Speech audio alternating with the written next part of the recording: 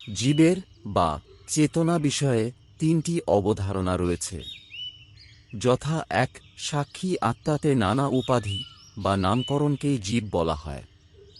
যেমন আকাশেই থাকা ঘটকে ঘটাকাশ বলে। দুই, সাক্ষী বা আত্মাকেই মনের মধ্য দিয়ে দেখলে জীব বলে বোধ হয়। যেমন সূর্যের আলোর জলে প্রতিবিম্ব পড়া। তৃতীয়, সাক্ষী বা আত্মা যেন স্বপ্ন দেখছে। এই পুরো জগৎ জীব হওয়া স্বপ্নেই ঘটছে। সীমিততা ভ্রান্তি, কিন্তু যাকে সীমিত বলে মনে হয় সে ভ্রান্তি নয়। জীবত্ব হল তাতে এই সমস্ত বৈশিষ্ট্য আরোপ করা, কিন্তু প্রকৃতপক্ষে এটি ব্রহ্মেরই বৈশিষ্ট্য বহন করে। অর্থাৎ বিরাট ব্যবস্থাপনার প্রকৃতিই হল আলাদা আলাদা ব্যক্তিত্বের সৃজন করা। তাই মনে হয় যে ব্যক্তি আছে, কিন্তু আসলে তা বিরাটেরই প্রকৃতি বা প্রকাশ। যেমন সমুদ্রের ফেনা, বুদ্বুদ, ঢেউ সবই জলের নানা প্রকাশ। আমি এই ধরনের বৈদিক কথাগুলি জীবের সাথে অসীম ব্রহ্মের অভিন্নত্বের কথা বলে। জীবকে আমরা সীমাবদ্ধতার চোখে দেখি, তাই ইতর সাধারণে যে জীবত্বের ধারণা তার সাথে মেলে না। অর্থাৎ মহাবাক্যসমূহ একত্বের যে সিদ্ধান্ত দেয় তা চেতনার যে অনুভবের সাধারণ জগৎ তার সাথে মেলে না। ব্রহ্মেই অবস্থিত মায়া বিক্ষেপরূপে বর্তমান। আবরণের মাধ্যমে তা জীব অর্থাৎ অহংকার, আর জগৎ অহংকারের বিষয়রূপে কল্পনার জন্ম দেয়। অর্থাৎ এক বিরাট বা অনন্ত অস্তিত্বেরই প্রকাশ দুইভাবে নিরন্তর হচ্ছে। প্রথমটি হল আবরণ বা অহং বা আমি রূপে। দ্বিতীয়টি বিক্ষিপ্ততা বা জগৎ বা আমার রূপে। অস্তিত্বই নিজেকে এইভাবে প্রকাশিত করছে। এর কারণ বুদ্ধিতে অবস্থিত চেতনার ভ্রান্ত উপস্থাপনা বিভিন্ন ক্রিয়া সম্পাদন করে এবং তাদের ফলাফল ভোগ করে, তাই একে জীব বলা হয়। এবং এই সমস্ত পদার্থ এবং তাদের দ্বারা নির্মিত বিষয়গুলি নিয়ে গঠিত যা ভোগের বস্তু তাকে জগৎ বা মহাবিশ্ব বলা হয়। অর্থাৎ যখন প্রকৃতিতে ভ্রান্ত আমি সৃজন হয় তা জীব। আর এই আমির সাথে যে দ্বৈতাত্মক বিষয়ে থাকে তাকেই জগৎ বলে। যেমন আমি খাব, এখানে খিদে ওঠার ঘটনা ক্ষুধার্ত ও খাদ্যরূপে বিভক্ত হয়ে গেছে।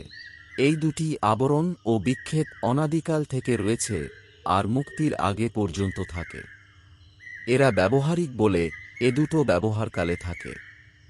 অর্থাৎ যখন থেকে আমরা জন্মেছি এই বৈশিষ্ট্য দুটি আমরা নিয়েই এসেছি। অর্থাৎ নিজেকে ভুলে যাওয়া আর এদিক ওদিক নিজেকে পূর্ণ করতে ছোটা জীবনে বোধ আসলে এ দুটি ব্যবহারিক উপযোগিতা মাত্র, তা বোঝা যায়। এগুলো জগতে চলতে অবশ্যই প্রয়োজন ও তা থাকবে। মুক্তিতে এর সাথে তাদাত্ম্য ঘুচে যায়।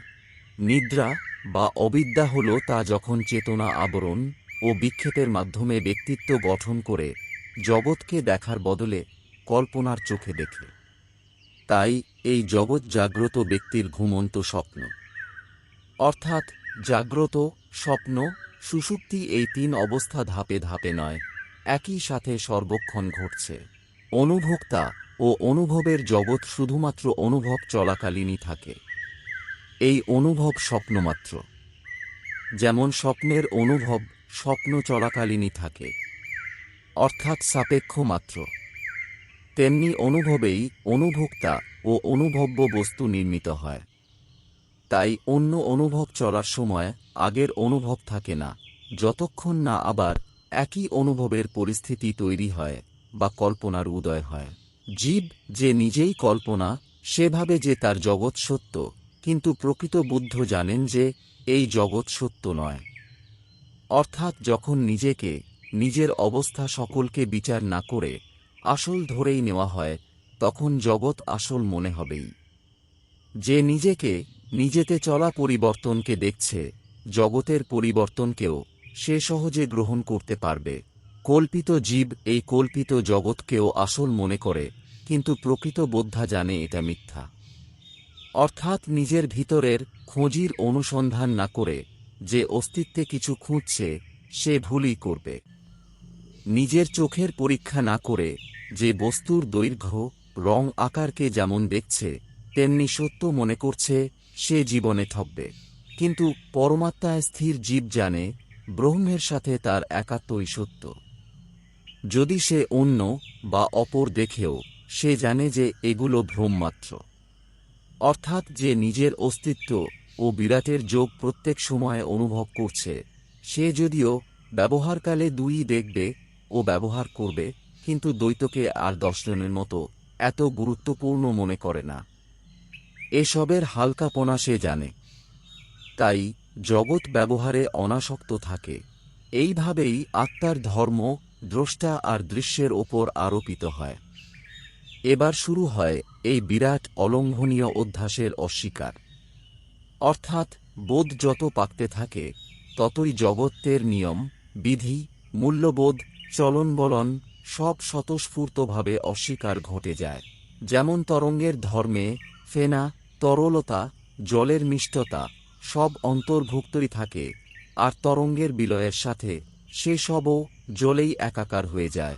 তেমনি জীবের যত রকম ভিন্নতা গুণ ধর্ম দেখা যায় তা মূলত একত্বই মাত্র। প্রকাশের ভিন্নতায় শুধু আলাদা মনে হয়। প্রতিভাসিক জীবের বিলয়ের সাথে সাথেই অস্তিত্ব চেতনা আর আনন্দে ব্যবহারিক জীবের লয় হয়।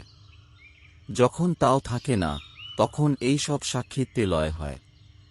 অর্থাৎ কল্পনা বা মনের দ্বৈতাত্মক প্রকৃতির বোধ এলে জীবন কল্পনা ছেড়ে জীবনের তথ্যে আসে, ব্যবহারিক হয়।